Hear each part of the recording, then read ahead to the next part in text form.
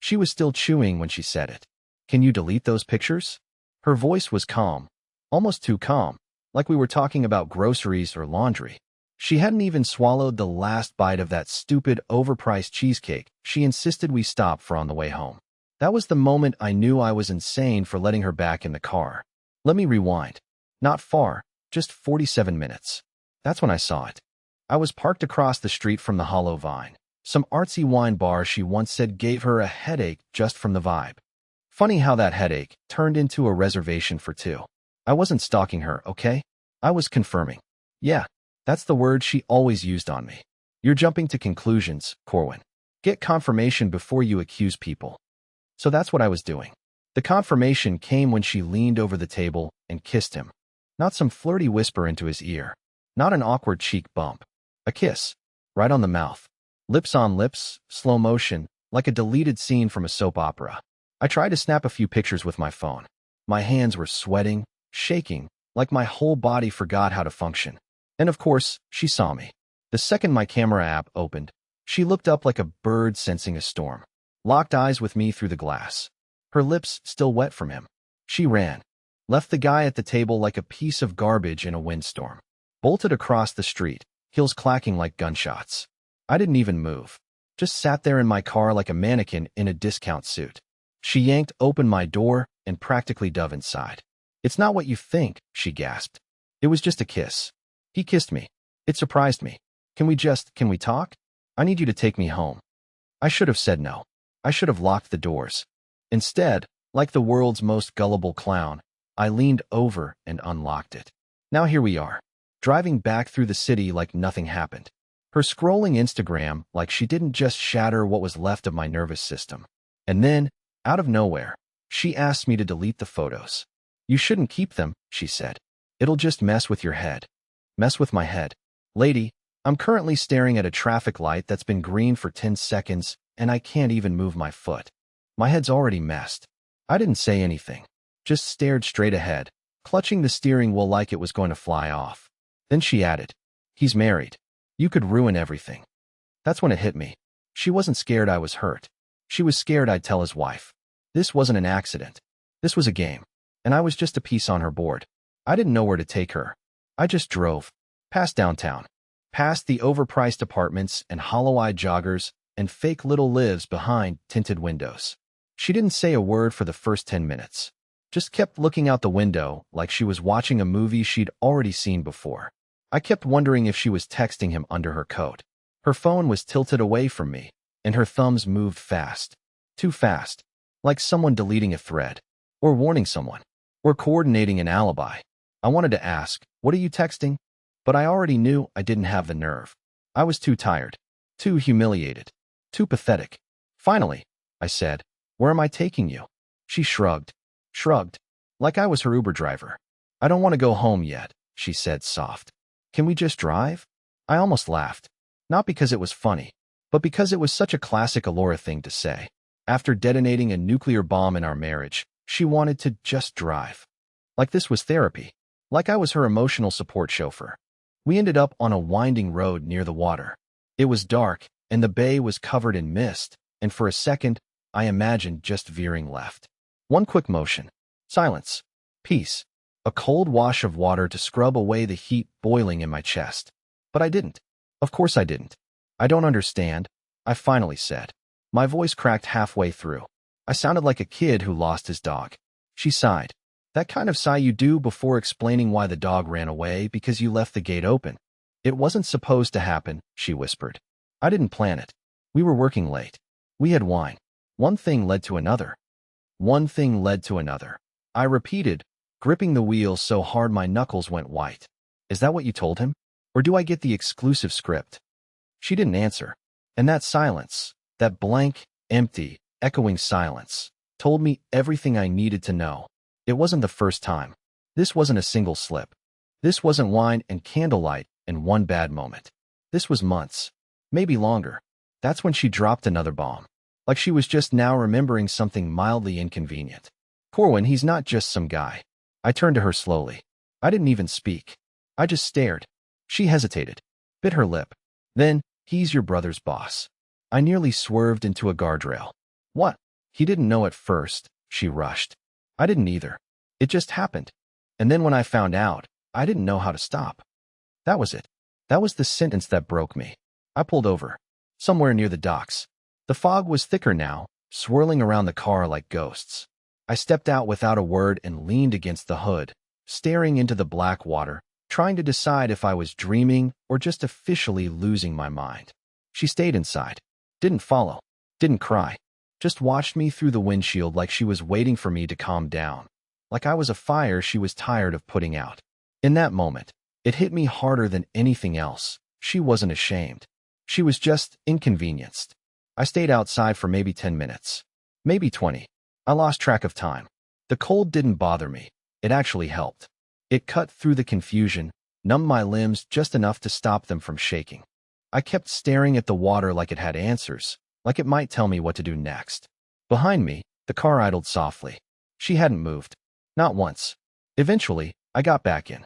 Not because I forgave her. Not because I had anything to say. Just because my legs started to cramp, and I didn't want to collapse in front of her. We sat in silence. I could hear her breathing. Shallow. Careful. As if she was trying not to make waves. I started the car again and pulled away from the curb. Still no destination. Still no plan. Just movement. Because if I stopped, even for a second, I might start screaming and never stop. Then she spoke. It wasn't real. That's what she said. Just like that. Like she was comforting me. Like that should fix it. I almost laughed. Not real? What does that even mean? Her voice stayed calm, infuriatingly calm. It wasn't about him. It wasn't some grand love affair. It was just attention. I felt seen. I felt wanted. And I guess you don't feel that with me, I said, my voice cracking halfway through. Right? Got it. That's not what I meant, she said quickly. Corwin, you've been distant. You're always working late, and even when you're home, you're somewhere else. I didn't know how to reach you. I wanted to throw the steering wheel through the windshield. You're blaming me, I muttered, my jaw tightening. You cheated, and now you're turning it into a therapy session about how I didn't text you enough? No, I'm not blaming. She cut herself off, then tried again, softer. I just didn't know how to say I was unhappy. You said it loud and clear, with your mouth, on another man's face. She flinched. That one hit. Good. But then she said something I didn't expect. He told me he loved me. Silence. I swear the car got colder. What? I whispered. He said he loved me. A few weeks ago. I didn't say it back. I swear. But I didn't shut it down either. My mind was spinning. Weeks ago? That meant it wasn't just emotional now. It was deliberate. It was calculated. It wasn't just a moment of weakness over wine and flattery. This was a parallel relationship. A secret second life stitched in the shadows of mine. Does he know you're married? I asked, already knowing the answer. She hesitated. He knows now. And your plan was what? I snapped. Keep it going until you got bored? Or until his wife found out? Or, wait, were you going to tell me someday over brunch? Between sips of almond milk and lies. She covered her face with both hands. I don't know. I wasn't thinking that far. I didn't want to blow everything up. You wanted both, I interrupted. You wanted the marriage and the affair. The safety net and the fire. You didn't want to choose. She didn't deny it. I pulled into an empty grocery store parking lot and turned off the engine. The silence hit like a punch. No hum of the car. No background noise. Just us, finally surrounded by nothing. And that's when I noticed her phone buzzing in her lap. A single message on the lock screen. I didn't want to look. I didn't mean to. But I caught the name anyway. Gavin. Her thumb moved so fast to hide it. I almost missed the panic flash in her eyes. You're still talking to him? I asked, stunned. He told you he loves you. I catch you kissing him. And you're still texting him. Right now? I just needed to tell him it was over, she said, too fast. Oh yeah? You needed to tell him during this car ride? While I'm literally trying not to fall apart. She didn't answer. And in that moment, I realized something that made my stomach twist. She hadn't chosen me. She'd gotten caught. And she was still deciding. She kept saying it was over. That she had sent the last message. That she told Gavin goodbye. That it meant nothing. That I was her husband, her home, her future. I sat there in the driver's seat, staring at the glowing screen on her phone that she thought she'd hidden in her coat pocket. And I tried to believe her. God help me, I tried. But the screen lit up again. Another message. No preview. Just his name. Gavin. Still pinned. Still starred. Still active. I reached for it before I could stop myself. She gasped, yanking at my sleeve, but I already had it in my hands. No password, just a fingerprint lock, and I watched her hesitate, just for a split second, before pressing her thumb on the sensor. What kind of woman cheats on you, and then helps you unlock the evidence? I'm not hiding anything anymore, she said. Go ahead. Look. And so I did. The first thing I saw was a message from 2 hours ago. Is he still there? Gavin had written. Did he see us? You looked right at him. No shame. No panic. Just logistics. I scrolled up. Hundreds of messages. Flirty texts. Inside jokes. Nicknames. A photo of the two of them at what looked like a hotel. Her in a robe. Him holding a room key like it was a trophy. I swear my fingers went numb. You went away with him? I said quietly, the words barely leaving my mouth. It was just one night, she whispered. I was at that digital branding conference. You were sick that week, remember? I remembered. I'd been in bed with a fever, sending her little good luck texts and watching old movies with tissues stuffed in my sleeves. She had called once. Said her hotel room was noisy. I had apologized to her. And all the while, she was in bed with someone else. Someone who knew about me.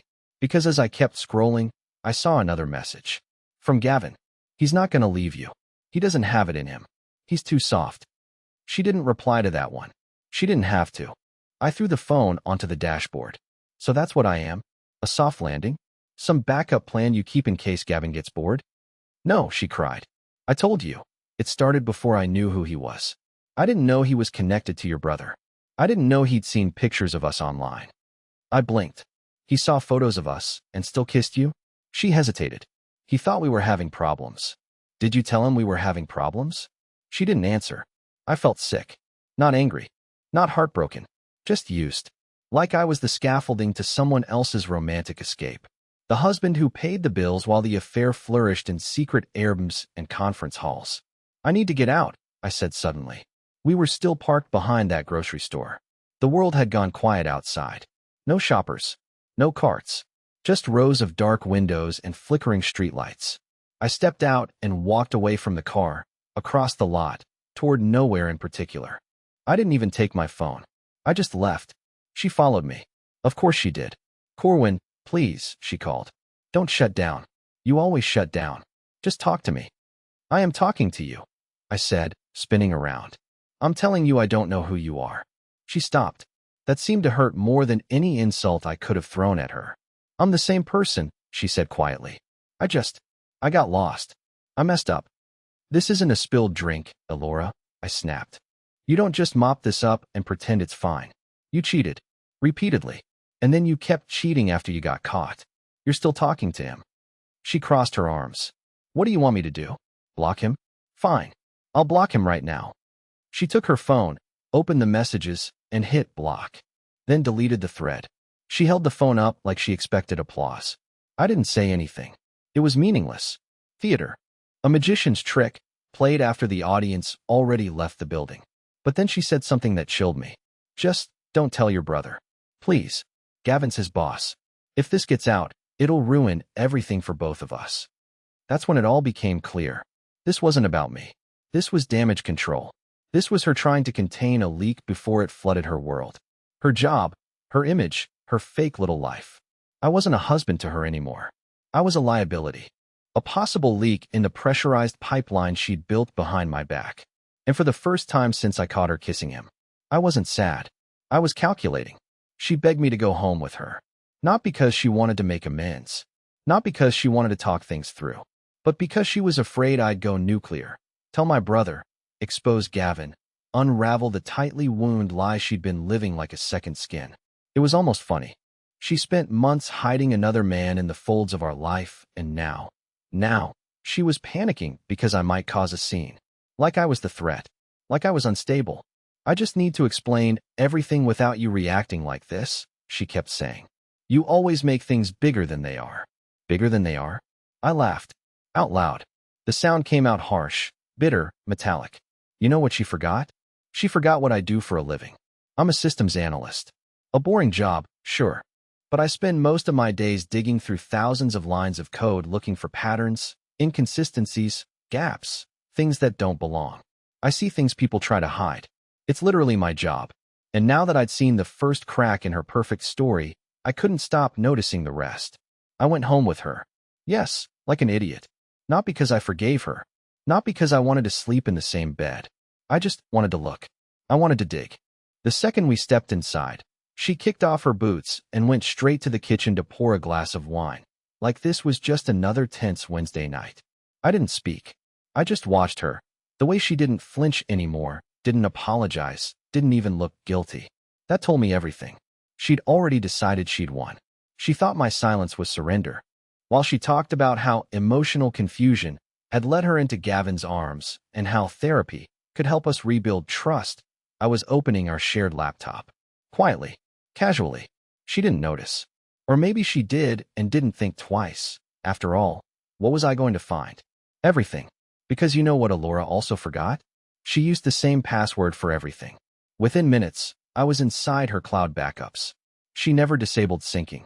Her Google account, her photos, her notes, her trash folder. It was all there. The deleted photo album titled Spain Strategy Retreat. Still recoverable. It wasn't a work trip. It was a 4-day getaway. Ocean views. Room service. A spa receipt signed Mr. and Mrs. Barrett. Barrett was his last name. My stomach dropped. I didn't say a word. I just kept scrolling. Screenshot after screenshot. Hotel bookings. Uber receipts. A shared playlist with the title For the Days I Miss You. The top song was our wedding song. Except it was tagged in a message from him. You made even this song feel new again, he wrote. And then, the nail in the coffin. A document. Drafted and signed, but clearly not a joke. A lease agreement. For a 2-bedroom apartment in another city. Her name was on it. So was Gavin's. They had a plan. Maybe not tomorrow. Maybe not even this year. But a plan to leave. To start something new. Together. Without me. She was never going to confess. She was waiting for the right time to disappear. And I was supposed to be the idiot still paying half the mortgage while she moved into some Scandinavian-themed apartment with a man who thought he could hide behind his title. I shut the laptop and stood up slowly. She noticed. Corwin, she asked, tilting her head. Are you okay? I smiled. I didn't mean to. It just happened. One of those tight, terrifying smiles you see in courtroom documentaries right before someone flips the table. Yeah, I said. Actually, I'm great. She narrowed her eyes. What did you do? I walked to the fridge. Opened it. Took out a soda. Because if I'd touched anything alcoholic, I don't think I'd be here writing this. I'm just realizing something, I said. You thought you were in control this whole time. But you're not. Her face changed. She went pale. For the first time that night, she looked afraid. I didn't raise my voice. I didn't throw anything. I just sat back down, opened a blank document, and began typing. What are you doing? She asked. Drafting an email, I said. To HR. At your company. And at Gavin's. You can't. I can, I interrupted. And I'm not threatening. I'm documenting. There's a difference. She rushed over, tried to slam the laptop shut, but I caught it with one hand. I'm not going to destroy you, I said quietly. You'll do that yourself. I'm just stepping out of the way. She stepped back like I'd hit her. And in a way, I had. Because she knew. This wasn't over. This wasn't forgiveness. This was me. Finally, waking up. I didn't sleep that night. Not because I couldn't, but because I refused to. I sat in the corner of our guest room, door locked, headphones in, listening to the same song on repeat. Not because I liked it, just because it numbed the noise in my head. Elora knocked twice, whispered my name, asked me to come to bed, then stopped asking, then stopped knocking. At 2:36 a.m., I heard her phone ring in the hallway. I stepped closer to the door and listened. Her voice was muffled, tense. I heard her say, I don't know yet. And then quieter, he's acting strange. Strange? That made me laugh a little. The kind of laugh that gets caught in your throat and doesn't sound like a laugh at all. She didn't know the half of it. By morning, I was packed. Not much, just a small duffel with clothes, laptop, charger, external drive, and the one mug I actually cared about. The rest could rot with the furniture. She stood in the kitchen in one of my old hoodies, pretending to make coffee. Like this was still her house. Like I was still her husband. I don't want this to end ugly, she said, without turning around. Then you shouldn't have cheated, I replied calmly. She flinched. Not at the words, but at the tone. Cold. Surgical. Like I was already somewhere else. She turned to face me. Her eyes looked tired. Not like she'd cried all night. More like she hadn't slept because she was trying to figure out how to spin this. "You're not really going to send that email, right?" she asked. I stared at her for a long time before answering.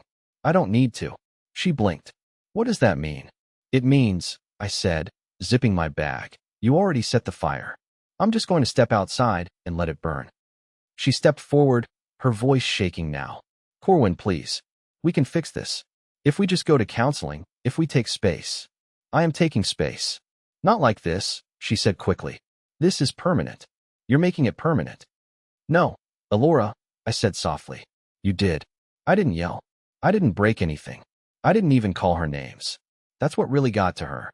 Because yelling? That she could handle. Anger? That she could argue with. But silence? Silence is what you give to people who don't matter anymore. I walked past her. Her eyes were glassy now, but she still didn't cry. Alora didn't cry unless someone was watching. And I wasn't watching her anymore. I walked out the front door and didn't look back. Didn't slam it. Didn't even pause. I drove to my brother's place on the other side of town. He didn't know yet. Not about Gavin. Not about Alora. Not about anything. I knew what telling him would do, not just to her, but to his career, his trust, his whole professional ecosystem. Gavin was a rising star at their firm. He had influence, clients, power. But he was also stupid enough to leave a digital trail the size of a football field. So I waited. I didn't tell my brother everything. Not yet. Instead, I showed him one photo. The one from the hotel lobby. Gavin and Alora. Not kissing. Not in bed. Just there, together, holding hands. A single shot that said everything it needed to without a single pixel of nudity. His face went pale. "Is this real?" he asked quietly. I didn't answer. Just nodded. He leaned back in his chair, ran a hand over his face, and muttered, "That explains everything." Everything. He looked at me. Hesitated. We thought Gavin was pulling strings behind closed doors. That he had something going on that none of us could trace. A conflict of interest. Weird expense reports. Secret meetings. I sat down slowly. "You think this could affect the firm?" He gave me a long, hard look. "Corwin, this could be the scandal that blows up half our client list." And just like that, I wasn't the sad little husband anymore. I wasn't some irrelevant loser crying in his car. I was holding a match, and the whole firm was soaked in gasoline. I didn't want revenge at first. I wanted answers. Closure. Maybe a decent apology. Something human. Something that would make all the hours I wasted in that marriage feel like they counted for more than zero. But you reach a certain point, somewhere between humiliation and awakening, where you realize there is no apology deep enough. No explanation honest enough. Just patterns. People showing you exactly who they are and daring you to act like it's your fault for noticing. I waited a full week before I made my move. Stayed with my brother. Slept on the couch. Ate his leftover Thai food. Kept my head down. Didn't say a word about Gavin after showing him the photo. I needed him curious. Uneasy. I needed him to start asking questions on his own. Because when someone uncovers a lie themselves, they never forget it. Meanwhile, Alora kept texting me. At first it was the classics. "Can we talk? Can we fix this?" Then came the guilt. "You're abandoning 10 years like it's nothing?" Then the gaslighting. "I made a mistake, but you're being cruel now." And then silence, which worried me more than anything else. So I called a lawyer. Not for a lawsuit. Not for divorce papers. Not yet. Just advice. I asked 100 questions. Quietly. Legally. About company policies. Employer-employee relationships. Evidence standards. I wanted to know exactly how far I could go without stepping outside the lines. Then I opened my laptop. Alora forgot one more thing. I had a full backup of our shared Google Home system. She liked using the kitchen speaker to make hands-free calls. Sometimes even on speakerphone. What she never understood is that the system logs audio commands, records snippets of speech, especially if you say certain trigger words. And one day, weeks before I caught her, she had answered a call from Gavin while chopping vegetables. She never said his name, but she said mine. "It's fine, Corwin's not home," she'd told him, laughing. "He still thinks I'm at yoga." The algorithm saved the clip automatically. I extracted the raw file, enhanced the audio, and saved it to a folder labeled insurance. You know what else she forgot? I installed a security camera in the office 6 months ago after someone broke into our neighbor's car. It wasn't fancy, just a tiny webcam linked to motion detection. And when I checked the SD card, there it was. Her and Gavin. On our couch. Not doing anything explicit, but close enough. Close enough for HR. Close enough for my brother. Close enough for Gavin's wife. Who, by the way, I found on Facebook in under 3 minutes. Her name is Madeline. She posts about her kids a lot. And her golden retriever. And how she's lucky to have a man who works so hard for his family. I didn't reach out. Not yet. Because I wasn't finished. A week after I left, Alora asked if we could meet in person. Just for coffee, she said. No pressure. No lawyers. I agreed. We met in a small cafe by the river. Quiet. Neutral. Public. She wore a beige coat and no makeup, trying to look soft, vulnerable. I ordered black coffee and didn't touch it. She started talking right away. Said she was sorry. Said she wanted to fix things. Said she missed me. I didn't respond. I just listened. Because the entire time, I had my phone recording in my jacket pocket. Just in case she slipped. Just in case she said something that could be used to end this cleanly. And she did. She admitted it all. The trip. The lease. The plan to move out. The part about Gavin's wife not knowing. She even joked about the burner email they used to create an Airbnb account under a fake name. I just nodded and let her talk. Because Alora never noticed when the spotlight shifted. She was too busy performing. When she was done, I finally leaned forward and said, "You know what scares me?" She looked up, eyes wide. "What?" "How easy it is for you to lie. Even now." She said nothing. I stood up, dropped a 20 on the table, and walked away. Didn't tell her about the recording. Didn't tell her about the backup files. Didn't tell her that by the time she finished her second sentence, I'd already blind carbon copied her entire confession to my brother, my lawyer, and Gavin's wife. Because I don't believe in revenge anymore. I believe in exposure. And she was about to learn how blinding the truth can be. By the time I got back to my brother's place, things had already started moving. He didn't say anything at first. Just looked up from his laptop, eyes unreadable, and nodded at me. A silent acknowledgement. An unspoken, "I got it." He'd read the email, heard the recording, seen the photos. He knew everything. It wasn't loud. No drama. No shouting. Just stillness. The kind of stillness that happens after a glacier breaks. Gavin was suspended within 24 hours. Internal investigation. Full audit. My brother didn't pull strings. He just let the system do what it was built to do. Gavin had been sloppy. Used company cards for personal bookings. Scheduled private meetings during work hours. Too confident. Too smug. He thought nobody would ever connect the dots. Meanwhile, I finally filed the divorce papers. No threats. No drama. Just paperwork. Digital signatures. Clean exits. Alora tried to stall. Said she needed time. Said she was still processing. I didn't argue. I just sent her everything I had. Not to blackmail her. Not to gloat. Just so she'd understand. I wasn't guessing anymore. I knew. I was done playing the confused, passive husband. Done begging for breadcrumbs from someone who never planned to feed me in the first place. For a while, I stayed quiet. Off social media. Off the grid. I didn't want people asking questions or choosing sides. I didn't want pity or praise or drama. I wanted space. And then, I started building. I moved to a different city. Rented a small loft above a bookstore. Got a new job, still in systems, but in a nonprofit sector this time. Smaller team. Real people. The kind who bring leftover pie to work and remember your cat's name. I picked up old hobbies I forgot I loved. Photography. Journaling. Walking at night with no destination. I even made new friends, slowly, awkwardly. One of them, Mira, works at a little print shop next to my building. She always plays jazz and wears mismatched earrings. The first time we talked, I asked for copies of my resume. The second time, she made me try lemon cardamom cake she'd baked herself. The third time, she asked if I wanted to walk her dog while she was stuck in a meeting. Now we talk almost every day. She doesn't know everything about my past. Not yet.